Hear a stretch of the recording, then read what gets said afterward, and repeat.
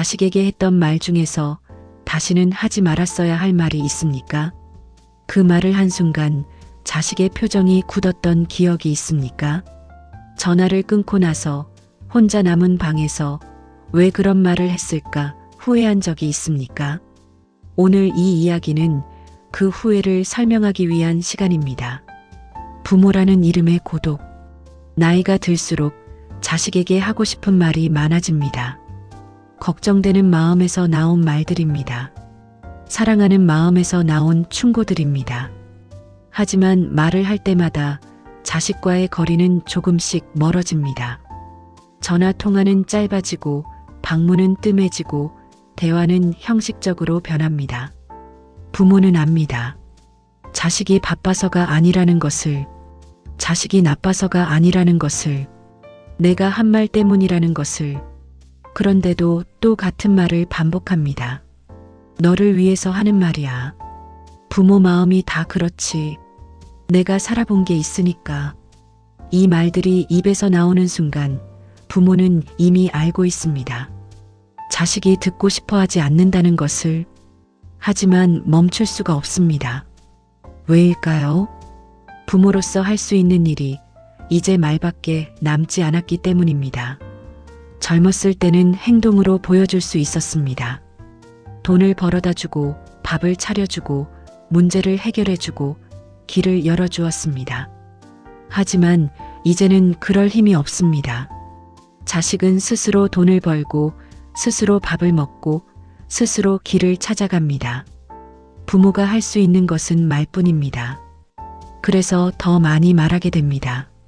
말로라도 부모의 역할을 지키려 합니다. 하지만 그 말들이 쌓일수록 관계는 무너집니다. 자식은 대답을 줄이고 부모는 서운함을 느낍니다. 내가 너를 위해서 하는 말인데 왜 듣지 않니? 이 서운함은 다시 말이 됩니다. 그리고 그 말은 또다시 자식을 밀어냅니다. 이것이 부모의 고독입니다. 사랑한다는 이유로 말을 하고 그 말 때문에 사랑이 닿지 않는 고독입니다.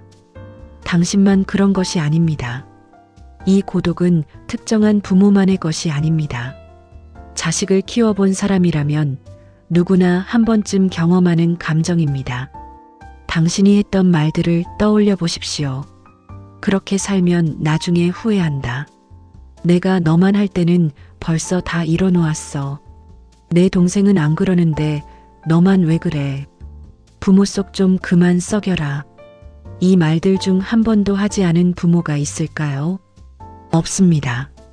그리고 이 말을 들은 자식의 표정도 기억하고 있을 것입니다. 말없이 고개를 끄덕이거나 짧게 네 하고 대답하거나 화제를 돌리거나 급하게 전화를 끊었던 순간들. 그 순간 부모는 느낍니다. 내 말이 들어가지 않았다는 것을. 아니, 들어갔지만 받아들여지지 않았다는 것을. 그래서 더 답답합니다. 왜 내 말을 안 듣지? 하지만 문제는 듣지 않는 것이 아닙니다. 자식은 듣습니다. 매번 듣습니다. 그리고 그 말을 감정으로 기억합니다. 내용이 아니라 그 말을 들었을 때 느낀 감정으로 기억합니다. 무력감, 압박감, 죄책감. 자식은 부모의 말을 들을 때마다 이런 감정들을 느낍니다.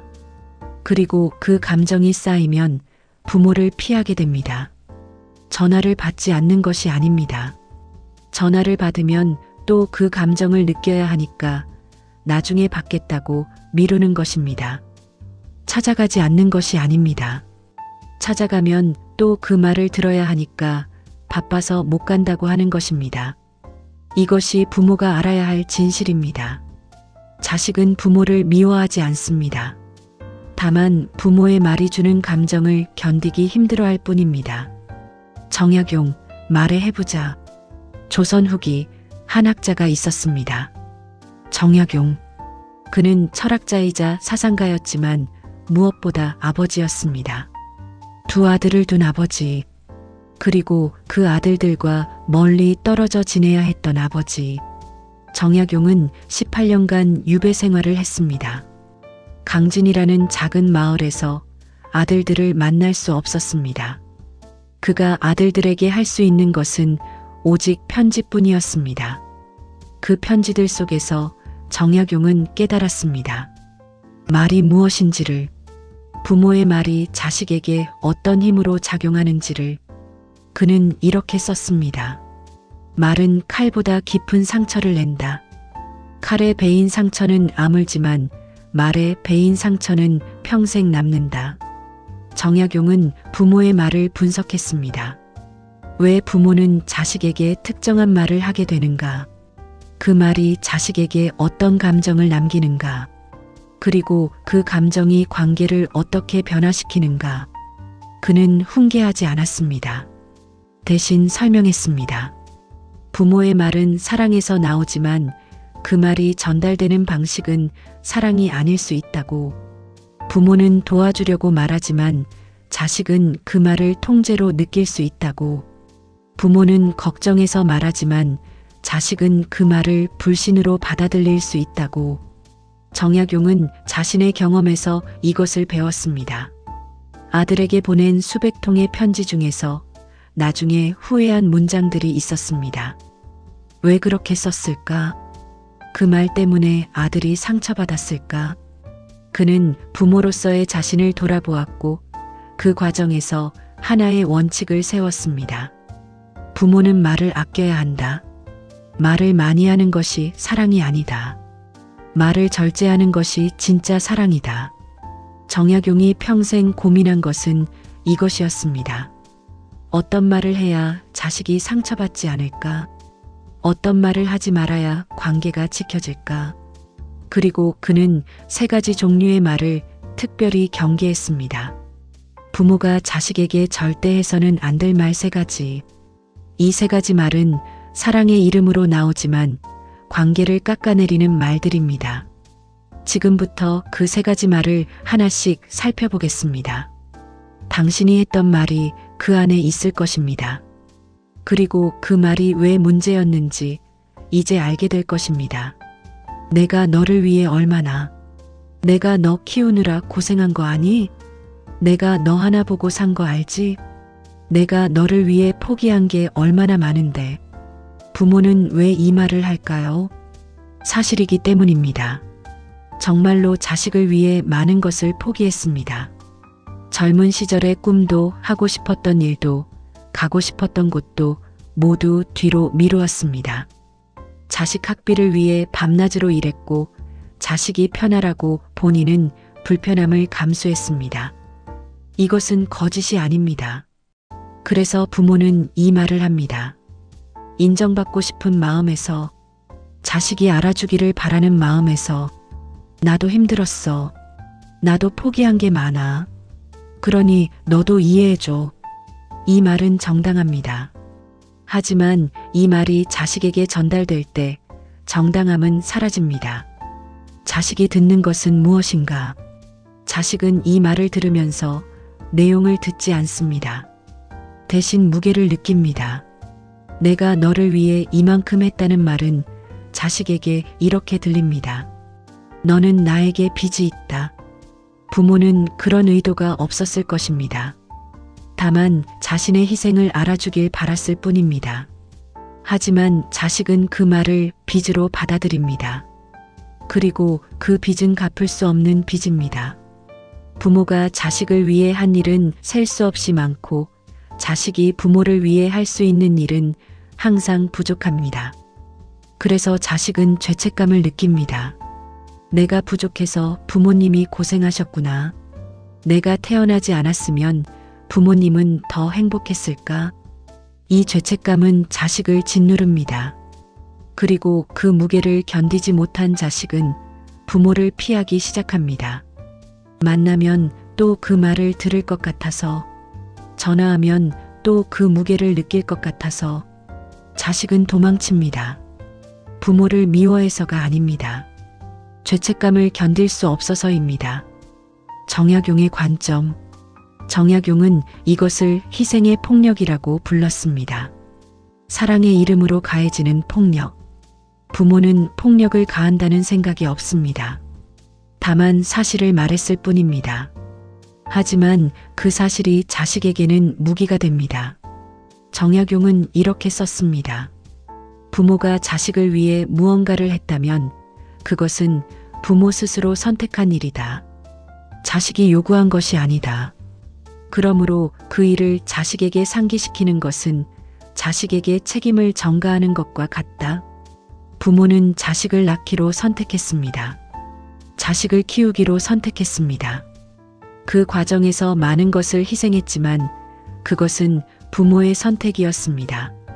자식은 그 선택에 대해 책임이 없습니다. 하지만 부모가 희생을 말하는 순간 자식은 그 선택에 대한 책임을 떠안게 됩니다. 내 때문에 부모님이 고생하셨다. 이것은 사실이 아닙니다. 부모는 자식 때문에 고생한 것이 아닙니다. 부모로서의 역할을 다하기 위해 노력한 것입니다. 하지만 희생을 앞세우는 말은 이 구조를 왜곡시킵니다. 부모의 선택을 자식의 책임으로 바꿔버립니다. 왜 이 말은 인연을 깎아내리는가? 희생을 앞세운 말은 관계를 거래로 만듭니다. 내가 이만큼 했으니 너도 이만큼 해야 한다. 부모는 그렇게 노골적으로 말하지 않습니다. 하지만 자식은 그렇게 받아들입니다. 그리고 자식은 압니다. 자신이 아무리 해도 부모가 한 만큼은 할 수 없다는 것을. 그래서 자식은 포기합니다. 어차피 부족할 거라면 차라리 거리를 두는 것이 낫다고 생각합니다. 만나면 부족함을 확인받을 뿐이니까. 전화하면 또 빚을 상기시킬 뿐이니까.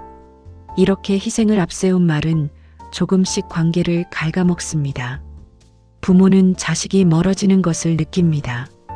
그리고 더 서운해집니다. 내가 이렇게까지 했는데 왜 자식은 나를 멀리하지? 그래서 또다시 희생을 말합니다. 내가 너 하나 보고 산 거 알지? 악순환입니다. 희생을 말할수록 자식은 멀어지고 부모는 더 서운해지고 희생을 더 많이 말하게 됩니다. 그리고 그 끝에는 침묵만이 남습니다. 더 이상 할 말이 없는 침묵. 서로 상처만 주고받았기 때문에 이제는 말을 하지 않는 침묵. 정약용은 이렇게 경고했습니다. 희생을 말하는 순간 그 희생은 사랑이 아니게 된다. 사랑은 대가를 바라지 않는다. 대가를 바라는 순간 그것은 거래가 된다. 부모의 희생은 아름다운 것입니다. 하지만 그 희생을 입 밖에 내는 순간 아름다움은 사라집니다. 자식은 더 이상 그것을 사랑으로 받아들이지 않습니다. 빚으로 받아들입니다. 그리고 그 빚은 평생 갚을 수 없는 빚이 됩니다.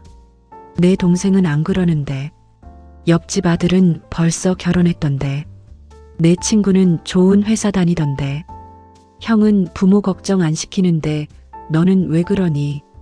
부모는 왜 이런 말을 할까요? 자식이 더 나아지기를 바라는 마음에서입니다. 다른 사람과 비교하면 자식이 자극을 받아서 더 노력할 거라고 생각합니다. 저 사람도 했는데 너도 할 수 있어. 이런 격려의 의도가 담겨 있습니다. 하지만 자식은 격려로 받아들이지 않습니다. 자식이 듣는 것은 무엇인가? 자식은 이 말을 들으면서 한 가지를 확인합니다. 나는 부모의 기대에 미치지 못한다. 비교하는 말은 자식의 존재 자체를 평가절하 합니다. 부모는 행동을 비교하려 했을 것입니다. 저 사람은 이렇게 하는데 너는 왜 안 하니? 하지만 자식은 그렇게 듣지 않습니다. 저 사람은 가치가 있는데 너는 가치가 없다. 이렇게 들립니다. 부모는 자식을 나아지게 하려고 비교했지만 자식은 그 비교를 통해 자신이 부족하다는 것만 확인합니다. 그리고 이 부족함은 노력으로 채울 수 있는 것이 아닙니다. 왜냐하면 부모의 비교는 끝이 없기 때문입니다. 자식이 좋은 회사에 들어가면 부모는 더 좋은 회사를 이야기합니다. 자식이 결혼하면 부모는 다른 사람의 결혼식을 이야기합니다. 자식이 아이를 낳으면 부모는 다른 사람의 육아를 이야기합니다. 비교는 계속됩니다. 그리고 그 비교 속에서 자식은 영원히 부족한 존재가 됩니다. 정약용의 관점. 정약용은 이것을 존재의 부정이라고 불렀습니다. 부모는 자식의 행동을 비판하려 했지만 자식은 자신의 존재가 비판받는다고 느낍니다. 정약용은 아들에게 보낸 편지에서 이렇게 썼습니다. 다른 사람과 비교하지 마라. 사람은 각자의 길이 있고 각자의 속도가 있다. 내 동생이 잘한다고 해서 내가 못하는 것이 아니다. 너는 내 방식대로 잘하고 있다. 부모는 비교를 통해 자식을 자극하려 합니다. 하지만 자식은 자극받지 않습니다. 대신 위축됩니다. 나는 왜 저 사람만큼 못할까? 나는 왜 부모님을 만족시킬 수 없을까? 이런 생각이 쌓이면 자식은 자신감을 잃습니다. 그리고 자신감을 잃은 자식은 더 이상 시도하지 않습니다.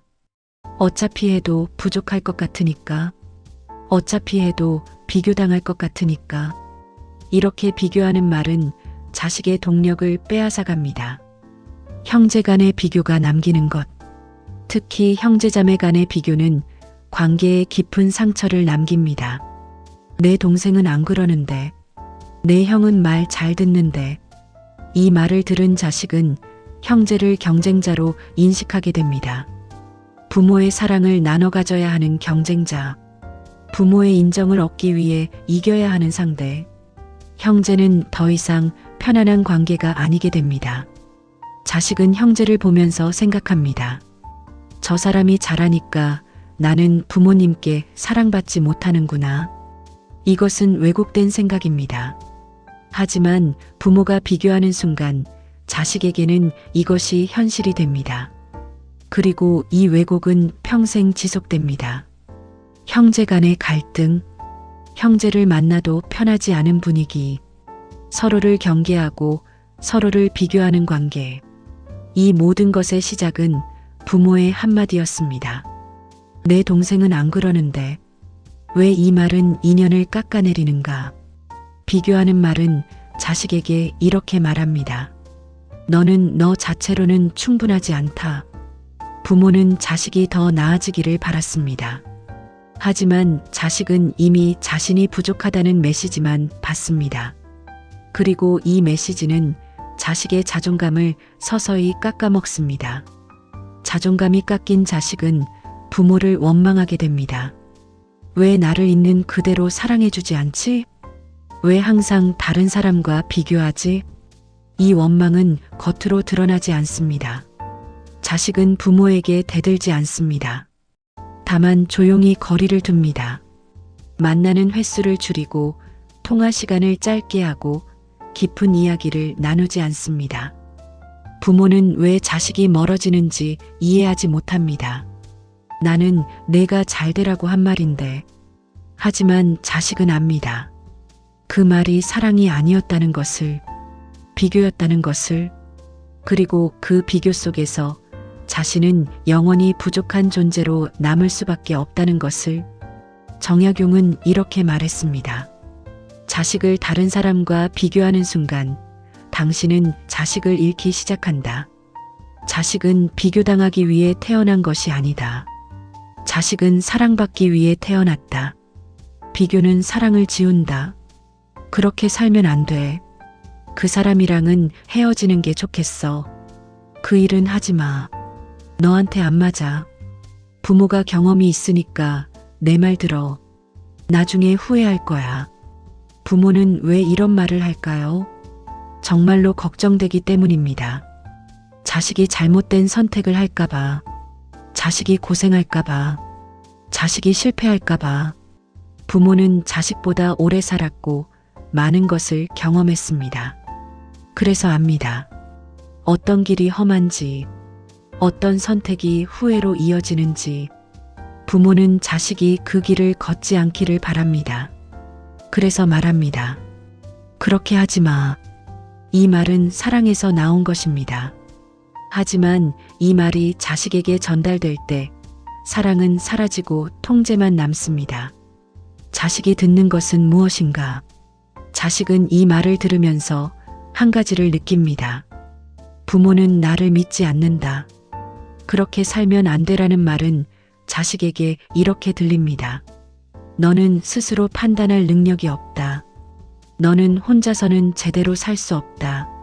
너는 내가 지시하는 대로 살아야 한다. 부모는 그런 의도가 없었을 것입니다. 다만 자식이 실수하지 않기를 바랐을 뿐입니다. 하지만 자식은 그 말을 불신으로 받아들입니다. 그리고 이 불신은 자식의 자율성을 침해합니다. 사람은 누구나 스스로 선택하고 싶어 합니다. 스스로 결정하고 스스로 책임지고 싶어 합니다. 실수할 수도 있습니다. 후회할 수도 있습니다. 하지만 그것이 자신의 선택이라면 받아들일 수 있습니다.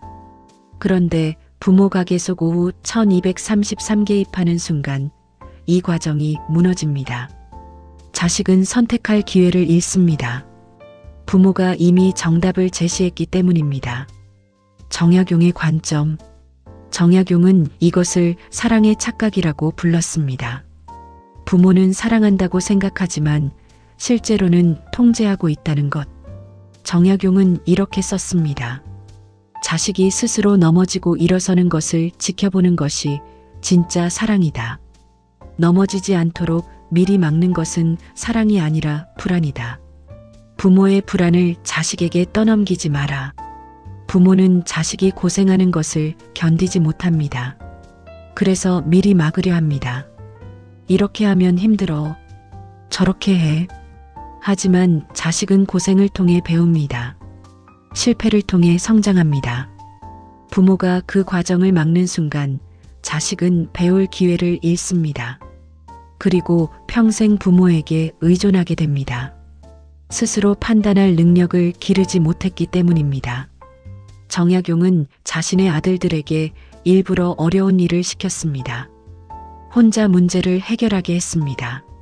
실수를 해도 개입하지 않았습니다. 왜냐하면 그는 알았기 때문입니다. 자식이 진짜로 필요한 것은 조언이 아니라 경험이라는 것을, 부모가 해줄 수 있는 것은 대답이 아니라 기다림이라는 것을, 통제가 남기는 것. 통제당한 자식은 두 가지 중 하나가 됩니다. 하나는 부모에게 계속 의존하는 자식, 스스로 결정하지 못하고 항상 부모에게 물어보는 자식. 부모는 이것을 보면서 답답해합니다. 왜 혼자 결정하지 못하지? 하지만 이것은 부모가 만든 결과입니다. 자식이 결정하려고 할 때마다 부모가 막았기 때문입니다. 다른 하나는 부모를 완전히 끊어내는 자식. 부모의 말을 듣지 않고 연락도 끊고 만나지도 않는 자식. 부모는 이것을 보면서 서운해합니다. 내가 걱정해서 한 말인데 왜 이렇게 반응하지? 하지만 이건 역시 부모가 만든 결과입니다. 자식이 숨 쉴 공간이 없었기 때문입니다. 통제는 두 가지 극단을 만듭니다. 완전한 의존, 완전한 단절. 그 중간은 없습니다. 왜 이 말은 인연을 깎아내리는가? 염려를 가장한 통제의 말은 자식의 존엄을 훼손합니다. 자식도 하나의 인격입니다. 스스로 생각하고 스스로 판단하고 스스로 책임질 수 있는 존재입니다. 하지만 부모가 개입하는 순간 자식은 더 이상 인격이 아니게 됩니다. 부모의 의지를 실행하는 도구가 됩니다. 자식은 이것을 견디지 못합니다. 견딜 수 없으니 도망칩니다. 멀리, 부모가 닿을 수 없는 곳으로. 부모는 자식이 왜 떠나는지 이해하지 못합니다. 내가 걱정해서 한 말인데. 하지만 자식은 그 걱정이 무거웠습니다. 그 걱정이 자신을 짓눌렀습니다. 정약용은 이렇게 말했습니다. 자식을 걱정하되 그 걱정을 입 밖에 내지 마라. 걱정은 부모의 몫이고 선택은 자식의 몫이다. 이 경계를 지키는 것이 부모의 역할이다. 부모는 걱정할 수 있습니다. 하지만 그 걱정을 자식에게 강요해서는 안 됩니다. 자식은 부모의 걱정을 짊어질 의무가 없습니다. 자식은 자신의 삶을 살아갈 권리가 있습니다. 부모가 이것을 인정하는 순간 관계는 회복됩니다. 부모가 이것을 거부하는 순간 관계는 무너집니다. 말이 남긴 것, 침묵 앞에 선 부모. 이 세 가지 말을 돌아보면 하나의 공통점이 보입니다. 부모는 사랑한다고 말했지만 자식은 사랑을 느끼지 못했다는 것. 부모는 도와주려 했지만 자식은 짐을 느꼈다는 것. 부모는 가까워지려 했지만 자식은 멀어졌다는 것. 왜 이런 일이 벌어질까요? 말과 감정이 일치하지 않았기 때문입니다. 부모는 말의 내용을 전달했지만 자식은 말의 무게를 받았습니다. 부모는 나는 너를 사랑해라고 말했지만 자식은 나는 너를 믿지 못해라고 들었습니다. 이것이 부모의 말이 가진 문제입니다. 의도와 전달 사이의 간극. 그 간극 속에서 관계는 조금씩 무너져 내렸습니다. 말을 하지 않았더라면 부모는 때때로 생각합니다. 그때 그 말을 하지 않았더라면, 조금만 참았더라면, 한 번만 더 생각하고 말했더라면, 후회는 항상 뒤늦게 찾아옵니다. 말을 한 순간에는 그것이 옳다고 믿었습니다. 자식을 위한 말이라고 확신했습니다. 하지만 시간이 지나고 나서 자식의 침묵을 보면서 부모는 깨닫습니다. 그 말이 독이었다는 것을. 정약용은 유배지에서 이런 글을 남겼습니다. 아들에게 보낸 편지 중 몇 통을 후회한다. 너무 많은 것을 요구했고 너무 많은 것을 지적했다. 아들은 내 기대를 감당할 수 없었을 것이다. 내가 침묵했더라면 아들은 더 편안했을 것이다. 정약용조차도 후회했습니다. 그만큼 부모의 말은 조절하기 어렵습니다. 사랑하기 때문에 말하게 되고 말하기 때문에 상처를 주게 됩니다. 말은 위치를 만든다. 사람은 말을 통해 자신의 위치를 드러냅니다. 부모가 내가 너를 위해 얼마나 희생했는데 라고 말하는 순간 부모는 위에 서게 됩니다. 부모가 내 동생은 안 그러는데 라고 말하는 순간 자식은 아래로 내려갑니다. 부모가 그렇게 살면 안 되라고 말하는 순간 관계는 수직이 됩니다. 위와 아래, 주는 자와 받는 자, 가르치는 자와 배우는 자. 이 구조가 고착되는 순간 관계는 더 이상 평등하지 않습니다.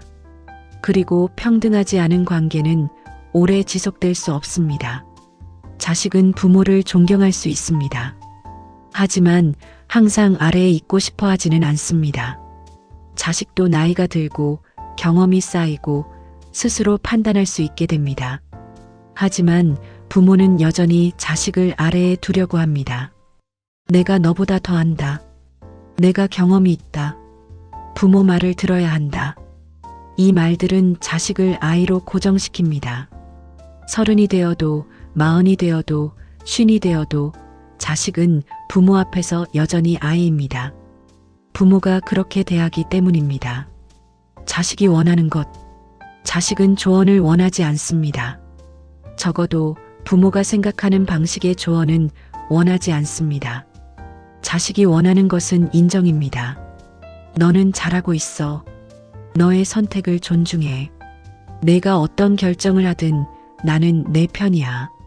이런 말입니다. 하지만 부모는 이런 말을 하지 않습니다.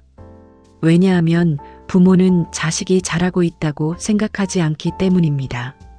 더 잘할 수 있는데 왜 저렇게 하는지 답답합니다. 그래서 말합니다. 그렇게 하면 안 돼. 이렇게 해야지. 부모는 자식을 고치려 합니다. 하지만 자식은 고쳐질 대상이 아닙니다.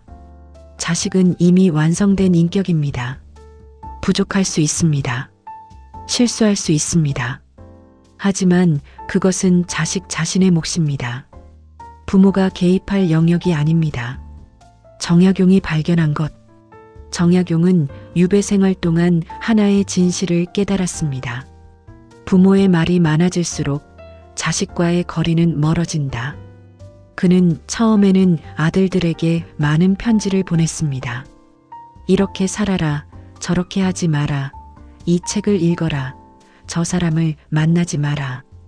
수많은 지시와 조언과 당부가 담긴 편지들. 하지만 아들들의 답장은 점점 짧아졌습니다. 형식적이 되었습니다. 잘 알겠습니다, 아버지. 이 짧은 문장 뒤에 더 이상 아무것도 없었습니다. 정약용은 깨달았습니다. 자신의 말이 아들들을 질식시키고 있다는 것을. 그래서 그는 편지를 줄였습니다. 조언을 줄이고 질문을 늘렸습니다. 어떻게 지내느냐는 질문 뒤에 긴 침묵을 두었습니다. 그리고 놀라운 일이 일어났습니다. 아들들의 답장이 길어졌습니다. 자신의 이야기를, 자신의 고민을, 자신의 기쁨을 적기 시작했습니다. 정약용은 이렇게 기록했습니다. 내가 말을 줄이니 아들들이 말을 시작했다. 내가 침묵하니 아들들이 마음을 열었다. 부모의 침묵이 자식의 언어를 만든다. 말의 절제란 무엇인가? 말의 절제는 아무 말도 하지 않는 것이 아닙니다. 필요한 말만 하는 것입니다. 그리고 필요하지 않은 말은 하지 않는 것입니다. 그렇다면 무엇이 필요한 말이고 무엇이 필요하지 않은 말일까요? 필요한 말. 잘 지내니? 힘들면 언제든 연락해. 내 결정을 존중해. 필요하지 않은 말. 내가 너를 위해 얼마나 했는데. 다른 사람은 안 그러는데. 그렇게 하면 안 돼. 필요한 말은 공간을 만듭니다. 자식이 숨 쉴 수 있는 공간. 자식이 스스로 생각하고 결정할 수 있는 공간. 필요하지 않은 말은 공간을 좁힙니다. 자식을 옥죄고 짓누르고 질식시킵니다. 부모는 구분해야 합니다. 지금 하려는 이 말이 공간을 만드는 말인지 공간을 좁히는 말인지. 왜 부모는 말을 멈출 수 없는가? 부모가 말을 멈추지 못하는 이유는 두려움 때문입니다. 말을 하지 않으면 자식이 잘못된 길로 갈까봐 두렵습니다. 말을 하지 않으면 자식이 자신을 잊을까봐 두렵습니다. 말을 하지 않으면 부모로서의 역할이 끝난 것 같아 두렵습니다. 이 두려움은 정당합니다. 나이가 들수록 부모가 할 수 있는 것은 줄어듭니다. 예전처럼 자식을 도와줄 수도 없고 문제를 해결해 줄 수도 없습니다. 남은 것은 말뿐입니다. 그래서 부모는 말을 붙잡습니다. 말이라도 해야 부모로서 존재한다는 느낌을 받을 수 있으니까. 하지만 정약용은 말합니다. 부모의 존재는 말로 증명되지 않는다. 부모는 그저 있는 것만으로도 충분하다. 자식은 부모의 조언이 아니라 부모의 존재를 필요로 한다. 부모는 말하지 않아도 됩니다. 그냥 있어주기만 하면 됩니다. 자식이 힘들 때 찾아올 수 있는 곳, 자식이 지칠 때 기댈 수 있는 존재, 그것만으로 충분합니다. 관계의 품격. 정약용은 관계의 품격이라는 개념을 이야기했습니다. 품격 있는 관계는 서로를 짓누르지 않는 관계입니다. 서로에게 빚을 지우지 않는 관계입니다. 서로를 있는 그대로 받아들이는 관계입니다. 부모와 자식의 관계도 마찬가지입니다. 품격 있는 부모는 자식에게 희생을 말하지 않습니다. 품격 있는 부모는 자식을 비교하지 않습니다. 품격 있는 부모는 자식을 통제하지 않습니다. 대신 품격 있는 부모는 기다립니다. 자식이 스스로 찾아올 때까지, 자식이 스스로 깨달을 때까지, 자식이 스스로 말할 때까지. 이 기다림이 쉽지 않습니다. 매일같이 전화하고 싶고, 매일같이 물어보고 싶고, 매일같이 조언하고 싶습니다. 하지만 참아야 합니다. 그 참음이 사랑입니다. 침묵의 힘. 침묵은 패배가 아닙니다. 침묵은 포기가 아닙니다. 침묵은 가장 강력한 메시지입니다. 자식에게 전하는 메시지. 나는 너를 믿는다. 나는 너의 선택을 존중한다. 나는 내가 스스로 할 수 있다고 믿는다. 부모가 침묵하는 순간 자식은 비로소 숨을 쉽니다. 아, 이제 내 삶을 살아도 되는구나. 이제 부모님의 기대를 짊어지지 않아도 되는구나. 이 안도감이 자식을 자유롭게 합니다. 그리고 자유로워진 자식은 오히려 부모에게 더 가까이 옵니다. 부담이 없으니까, 짐이 없으니까, 질문 대신 경청. 부모는 자식에게 많은 질문을 합니다. 요즘 어떻게 지내? 일은 잘 돼? 결혼은 언제 할 거야? 건강은 괜찮아? 이 질문들은 겉으로는 관심처럼 보입니다. 하지만 자식은 이 질문들을 신문처럼 느낍니다. 왜냐하면 질문 뒤에 평가가 따라오기 때문입니다. 일은 잘 돼? 그 정도로는 부족해. 결혼은 언제 할 거야? 나이가 있는데 빨리 해야지. 자식은 압니다. 부모의 질문이 진짜 궁금해서가 아니라 확인하려는 것임을. 그래서 대답을 회피합니다. 그냥 잘 지내요. 다 괜찮아요. 이 짧은 대답 뒤에는 벽이 있습니다. 더 이상 깊이 들어오지 말라는 벽. 부모가 진짜로 해야 할 것은 질문이 아닙니다. 경청입니다. 자식이 말하고 싶을 때 그냥 듣는 것입니다. 평가하지 않고, 조언하지 않고, 판단하지 않고, 그냥 듣는 것. 이것이 자식이 진짜로 원하는 것입니다. 조언 대신 공감. 자식이 고민을 이야기하면 부모는 즉시 해결책을 제시합니다. 그럴 때는 이렇게 해야지. 내 생각에는 말이야. 내가 경험해 보니까. 부모는 도와주려는 것입니다. 하지만 자식은 해결책을 원하지 않았을 수도 있습니다. 자식은 그냥 들어주기를 원했을 수도 있습니다. 힘들었겠다. 그랬구나. 많이 고민했겠네. 이 한마디면 충분합니다. 자식은 해결책을 찾을 능력이 있습니다. 자식에게 필요한 것은 조언이 아니라 공감입니다. 누군가 자신의 감정을 이해해준다는 느낌, 누군가 자신의 편이라는 느낌, 그것만으로도 자식은 힘을 얻습니다. 기대 대신 수용. 부모는 자식에게 기대를 가집니다. 이렇게 살아주기를, 저렇게 되어주기를. 이 기대는 자연스러운 것입니다. 하지만 이 기대가 자식에게 전달될 때 자식은 압박을 느낍니다. 나는 부모님의 기대를 만족시켜야 한다. 그리고 그 기대를 만족시키지 못했을 때 자식은 죄책감을 느낍니다. 부모가 해야 할 것은 기대가 아닙니다. 수용입니다. 자식이 어떤 삶을 살든 있는 그대로 받아들이는 것. 자식이 부모의 기대와 다른 길을 가도 그것을 인정하는 것. 내가 선택한 길이니까 나는 존중해. 이 한마디가 자식을 자유롭게 합니다. 요구 대신 존재.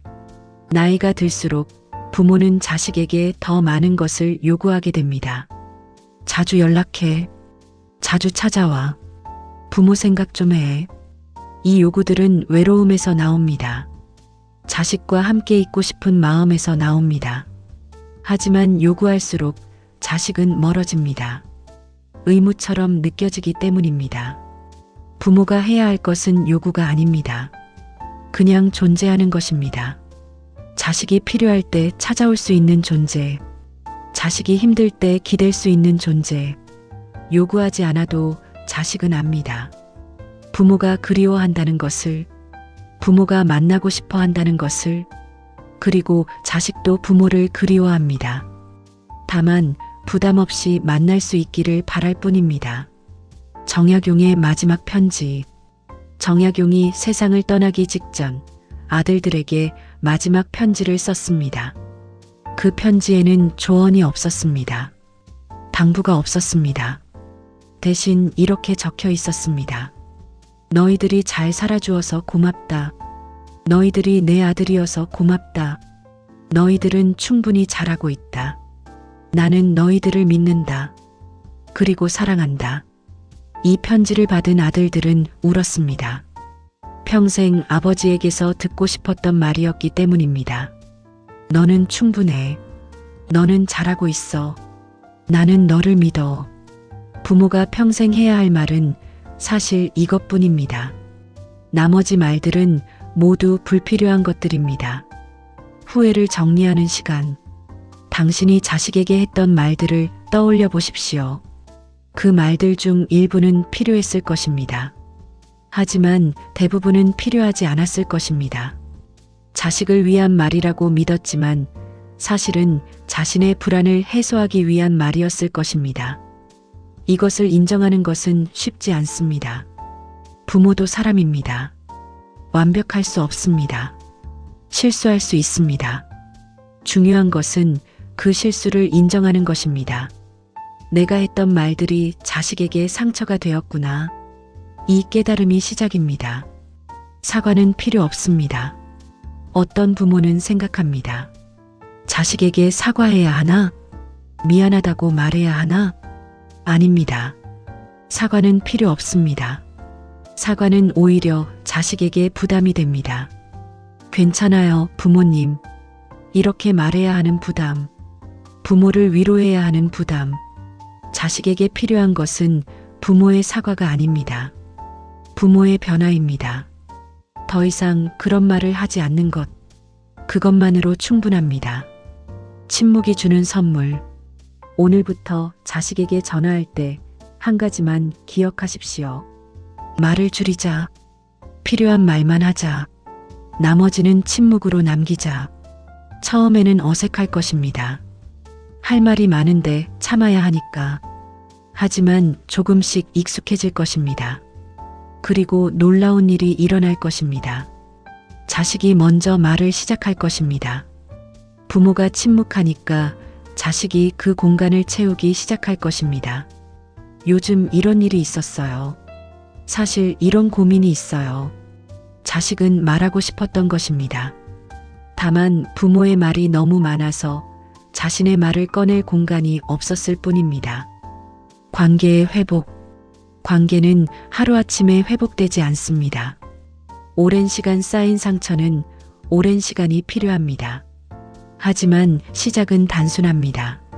오늘부터 말을 줄이는 것, 희생을 말하지 않는 것, 비교하지 않는 것, 통제하지 않는 것, 이것만으로도 조금씩 변화가 시작됩니다. 자식의 전화가 조금 길어질 것입니다. 자식의 방문이 조금 잦아질 것입니다. 자식의 표정이 조금 밝아질 것입니다. 이 작은 변화들이 쌓이면 관계는 회복됩니다. 부모의 존엄. 말을 줄인다고 해서 부모의 존엄이 낮아지는 것은 아닙니다. 오히려 높아집니다. 말을 절제할 줄 아는 부모, 자식을 믿을 줄 아는 부모, 자식에게 공간을 줄 줄 아는 부모. 이것이 진짜 존엄입니다. 많은 말을 하는 것이 부모의 권위가 아닙니다. 필요한 순간에 침묵할 줄 아는 것이 진짜 권위입니다.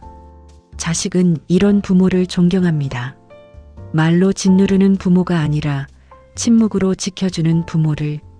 마지막 통찰. 정약용은 말년에 이렇게 썼습니다. 나는 평생 말을 업으로 삼았다. 글을 쓰고 책을 쓰고 편지를 썼다. 하지만 이제 깨달았다. 진짜 중요한 것은 말이 아니라 침묵이라는 것을. 말은 관계를 만들지만 침묵은 관계를 지킨다. 노년의 지혜. 나이가 들수록 깨닫게 되는 것이 있습니다. 인생에서 정말 중요한 것은 많지 않다는 것. 젊었을 때는 모든 것이 중요해 보였습니다. 성공도, 성취도, 인정도, 평가도. 하지만 나이가 들면 그것들이 사라집니다. 남는 것은 관계뿐입니다. 사랑하는 사람들과의 관계. 그 중에서도 자식과의 관계. 이것이 전부입니다. 그런데 아이러니한 것은 그 관계를 지키는 방법이 침묵이라는 것입니다. 더 많이 말해서 가까워지는 것이 아니라 말을 줄여서 가까워지는 것. 이것이 노년의 지혜입니다. 부모가 떠난 후에 언젠가 부모는 이 세상을 떠날 것입니다. 그때 자식은 무엇을 기억할까요? 부모가 했던 조언들일까요? 그렇게 하면 안 된다고 했던 말들일까요? 내가 너를 위해 희생했다고 했던 말들일까요? 아닙니다. 자식은 부모의 말을 기억하지 않습니다. 대신 부모의 존재를 기억합니다. 부모가 곁에 있어줬다는 것, 부모가 자신을 믿어줬다는 것, 부모가 자신을 있는 그대로 사랑해줬다는 것, 이것을 기억합니다. 그렇다면 지금 부모가 해야 할 것은 명확합니다. 말을 줄이고 존재로 남는 것입니다. 자식이 기억하는 부모, 자식에게 물어보십시오. 부모로부터 들었던 말 중에 가장 기억에 남는 말이 뭐냐? 대부분의 자식은 대답하지 못합니다. 말은 기억나지 않습니다. 하지만 감정은 기억합니다. 부모와 함께 있을 때 느꼈던 편안함, 부모가 자신을 바라보던 따뜻한 시선, 부모가 아무 말 없이 옆에 앉아 있어 주던 순간, 이런 것들이 기억에 남습니다. 정약용은 이것을 알았습니다. 그래서 그는 말년에 아들들에게 이렇게 썼습니다. 내가 너희에게 한 말들은 모두 잊어도 좋다. 다만 한 가지만 기억해라. 아버지는 항상 너희 편이었다는 것. 그것만 기억해주면 충분하다. 말 대신 남기는 것. 부모가 자식에게 남길 수 있는 것은 무엇일까요? 재산일까요? 가르침일까요? 경험일까요? 아닙니다. 부모가 자식에게 남길 수 있는 가장 큰 유산은 태도입니다. 살아가는 태도, 관계를 대하는 태도, 어려움을 견디는 태도. 자식은 부모의 말을 따라하지 않습니다. 하지만 부모의 태도는 따라합니다. 부모가 평생 자식을 통제했다면 자식도 자신의 자녀를 통제할 것입니다. 부모가 평생 희생을 말했다면 자식도 자신의 자녀에게 희생을 말할 것입니다. 부모가 평생 비교했다면 자식도 자신의 자녀를 비교할 것입니다. 이것이 대물림입니다. 하지만 부모가 침묵할 줄 알았다면 자식도 침묵할 줄 알게 됩니다. 부모가 자식을 믿었다면 자식도 자신의 자녀를 믿을 것입니다. 부모가 관계를 존중했다면 자식도 관계를 존중할 것입니다. 이것이 부모가 남길 수 있는 진짜 유산입니다. 지금 이 순간 당신의 자식은 어디에 있습니까? 전화기 너머에 있습니까? 다른 도시에 있습니까? 아니면 같은 집에 있지만 마음은 멀리 있습니까? 거리는 중요하지 않습니다. 중요한 것은 마음의 거리입니다. 그 거리를 좁히는 방법은 더 많은 말이 아닙니다. 더 적은 말입니다. 더 많은 침묵입니다. 오늘 저녁 자식에게 전화하십시오. 그리고 이렇게만 말하십시오. 잘 지내니? 그래, 잘 지내면 됐어. 힘들면 언제든 연락해. 그리고 전화를 끊으십시오. 조언하지 마십시오. 걱정하지 마십시오. 요구하지 마십시오. 그냥 짧게 안부만 묻고 끊으십시오. 자식은 놀랄 것입니다. 오늘 부모님이 왜 그러시지? 하지만 편안할 것입니다. 아, 오늘은 부담이 없네. 이 편안함이 쌓이면 자식은 더 자주 전화할 것입니다. 더 자주 찾아올 것입니다. 부담이 없으니까. 통제를 내려놓는 순간 부모는 평생 자식을 통제하려 합니다. 어릴 때는 행동을 통제하고 자라서는 선택을 통제하려 합니다. 하지만 통제는 환상입니다. 부모는 자식을 통제할 수 없습니다. 자식은 독립적인 인격이기 때문입니다. 부모가 할 수 있는 것은 영향을 주는 것뿐입니다. 좋은 영향을 주려면 통제를 내려놓아야 합니다. 통제를 내려놓는 순간 부모는 자유로워집니다. 내가 자식의 인생을 책임질 필요가 없구나. 자식은 스스로 살아갈 수 있구나. 이 깨달음이 부모를 해방시킵니다. 그리고 동시에 자식도 자유로워집니다. 부모의 기대에서 자유로워지고, 부모의 걱정에서 자유로워지고, 부모의 통제에서 자유로워집니다. 두 사람 모두 자유로워지는 순간 관계는 새롭게 시작됩니다. 의무가 아니라 선택으로, 부담이 아니라 기쁨으로. 정약용의 유언. 정약용이 세상을 떠나기 며칠 전 그는 침상에 누워 있었습니다. 아들들이 곁에 있었습니다. 아들들은 아버지가 마지막으로 무슨 말씀을 하실까 기다렸습니다.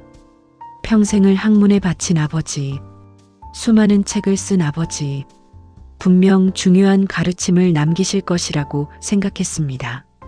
하지만 정약용은 아무 말도 하지 않았습니다. 그저 아들들의 손을 잡고 조용히 미소 지었습니다. 아들들은 물었습니다. 아버님, 마지막으로 하실 말씀이 없으신가요? 정약용은 고개를 저었습니다. 그리고 이렇게 속삭였습니다. 더 이상 할 말이 없다. 너희는 이미 다 알고 있다. 나는 너희를 믿는다. 이것이 정약용의 마지막 말이었습니다. 가르침이 아니라 믿음, 조언이 아니라 신뢰. 이것이 아버지가 아들들에게 남긴 마지막 선물이었습니다. 당신도 이제 알고 있습니다. 이 긴 이야기를 들으면서 당신도 이제 알게 되었을 것입니다. 자식에게 해서는 안 될 말이 무엇인지, 왜 그 말이 관계를 깎아내리는지, 그리고 이제 무엇을 해야 하는지. 답은 단순합니다. 말을 줄이십시오. 희생을 말하지 마십시오. 비교하지 마십시오. 통제하지 마십시오. 대신 침묵하십시오. 믿으십시오. 기다리십시오. 이것만으로 충분합니다. 자식은 부모의 말을 필요로 하지 않습니다. 자식은 부모의 존재를 필요로 합니다. 당신이 거기 있다는 것, 당신이 자신을 믿는다는 것, 당신이 언제든 받아줄 준비가 되어 있다는 것, 이것만 알면 자식은 편안합니다. 조용한 마무리. 오늘 밤 혼자 앉아서 생각해 보십시오. 지난 시간 동안 자식에게 했던 말들을. 그중 몇 개는 필요했을 것이고 몇 개는 불필요했을 것입니다. 불필요했던 말들을 후회할 필요는 없습니다. 다만 인정하십시오. 그 말은 하지 말았어야 했구나. 그리고 다짐하십시오. 이제는 하지 않겠다. 이것으로 충분합니다. 내일부터 당신의 말은 줄어들 것입니다. 그리고 자식과의 거리는 가까워질 것입니다. 천천히, 조금씩, 조용히. 이것이 부모가 자식에게 줄 수 있는 마지막 선물입니다. 말이 아니라 침묵, 요구가 아니라 존재, 통제가 아니라 신뢰, 끝이 아니라 시작. 이 이야기는 여기서 끝납니다. 하지만 당신의 이야기는 여기서 시작됩니다. 오늘부터 말을 줄이십시오. 오늘부터 침묵하십시오. 오늘부터 믿으십시오. 그리고 언젠가 자식이 당신에게 말할 것입니다. 엄마, 요즘 편하세요? 아빠, 요즘 왜 이렇게 좋으세요? 그때 당신은 알게 될 것입니다. 말을 줄인 것이 옳았다는 것을, 침묵이 사랑이었다는 것을. 정약용이 말했듯이 말은 관계를 만들지만 침묵은 관계를 지킨다. 이제는 말하지 않아도 됩니다. 당신은 이미 충분히 했습니다. 이제는 쉬십시오. 그리고 자식을 믿으십시오. 자식은 잘 살아갈 것입니다. 당신이 곁에 조용히 있어주는 것만으로도 자식은 충분히 잘 살아갈 것입니다.